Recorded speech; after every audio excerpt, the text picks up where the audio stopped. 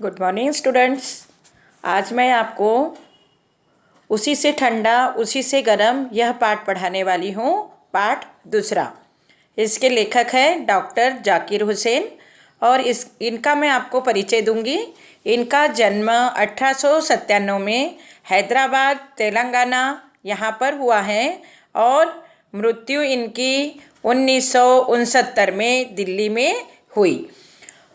Doctor Zakir Hussain जी यह एक स्वतंत्र भारत के तृतीय राष्ट्रपति, विद्वान तथा शिक्षाविद हैं। आधुनिक भारत के विकास में इनका अनमोल योगदान रहा है और ये राष्ट्र प्रेम, आधुनिकता, वैश्वीकरण, भाषा, संस्कृति, शिक्षा और इतिहास विषय में गहरे जुड़े हुए हैं। और इनकी प्रमुख कृतियाँ बताई गई हैं।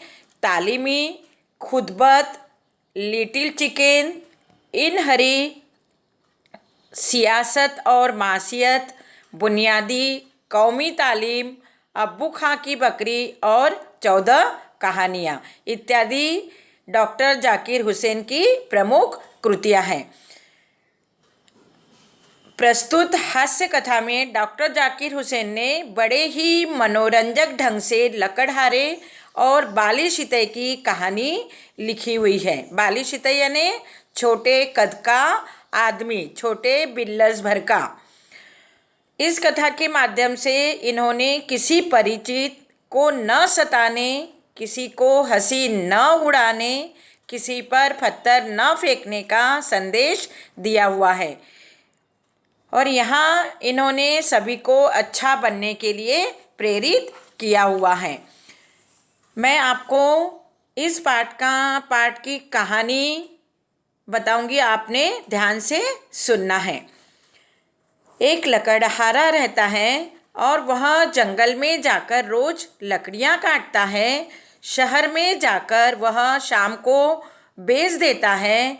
एक दिन उस लकड़हारे ने सोचा कि आसपास से तो सब लकड़हारे लकड़ी काट ले जाते हैं और सूखी लकड़ी भी आसानी से नहीं मिल पाती। इसलिए वह लकड़हारा क्या करता है? इसलिए वह लकड़हारा जंगल के अंदर जाता है। सर्दी बहुत रहती है, ठंड पड़ रही रहती है, हाथ पांव लकड़हारे के कांप रहे थे। वह थोड़ी थोड़ी देर बाद हाथ में जो कुल्हाड़ी उसके हाथ में थी उसे वह थोड़ी थोड़ी देर में नीचे रख देता था और दोनों हाथ मुंह के पास ले जाकर क्या करता था? खूब जोर से फूंक मारता था। फूंक मारने से क्या होता था? उसके हाथ गरम हो जाते थे। उसी तरह जंगल के अंदर भी अनेक प्रकार के प्राणी रहते थे। उन प्राणियों में से छोटे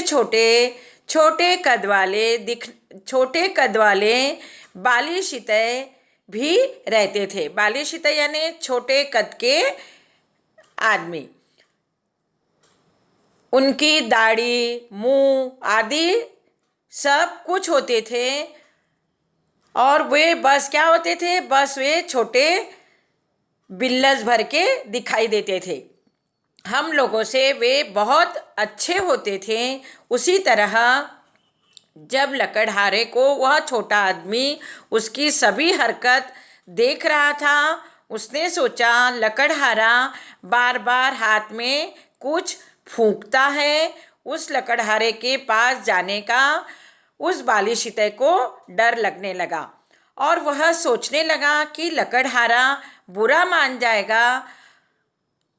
इसलिए वह आखिर में न सोचते हुए वह छोटा आदमी लकड़हारे के पास जाता है और उससे कहता है, सलाम भाई, बुरा न मानो तो एक बात पूछूं। लकड़हारे ने जब उसे देखा तो उसे क्या हो गया? उसे हंसी आ गई और उसने कहा, हाँ हाँ भाई, जरूर पूछो।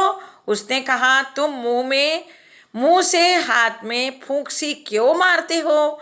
लकड़हारे ने कहा, ठंड बहुत है इसलिए हाथ में फूंक मारकर उसे क्या करता हूँ मैं? उसे मैं गरम कर लेता हूँ।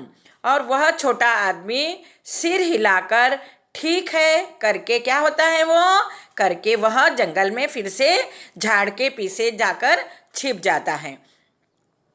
और थोड़ी दूर जाकर लकड़हारे पर क्या करता है वह छोटा आदमी, थोड़े दूर जाकर वह लकड़हारे पर छिपकर नज़र रखता है कि लकड़हारा और क्या क्या करता है। दोपहर के समय लकड़हारे ने खाना बनाने के लिए लकड़ी जलाकर उस पर क्या रखा, उस पर हांडी, हांडी यानी एक छोटा बर्तन रखा, उस चूल्हे पर रखा। उसमें उसने क्या करा, उसने उस लकड़हारे ने उसमें आलू उबालने के लिए रखे। और लकड़ी क्या थी, लकड़हारे ने जो लकड़ियाँ लाई थी तोड़ के जंगल से वो लकड़ी गीली थी, आग बार बार ठंडी हो रही थी। लकड़हारा फिर क्या करा, लकड़हारे ने फिर से फूंक मारकर उसे जला दिया। और बाद में उसने उस आलू को निकालकर उसको फूंक कर क्या करने लगा, वह खाने लगा। उस छोटे आदमी ने लकड़हारे की यह हरकत देखी और वह फिर से लकड़हारे के पास में आया और पूछा, तुम उस आलू को क्यों फूंकते हो, यह तो पहले से ही इतना गर्म है। लकड़हारा कहता है कि मैं इसे फूंक मारकर ठंडा कर रहा हूँ और इससे क्या होता है, इससे वो छोटा कद का आम वाली चितैया क्या होता है, बहुत घबरा जाता है और वह कांपने लगता है और वह सोचता है कि यह क्या भला है, उसी से ठंडा उसी से गरम। यह बात उस छोटे आदमी के समझ में नहीं आती है और वह जंगल की तरफ चला जाता है। इस तरह मैंने उसी से ठंडा उसी से गरम इस पाठ का आपको मैंने सारांश बताई हूँ कहानी का। आपने ध्यान से सुना, धन्यवाद।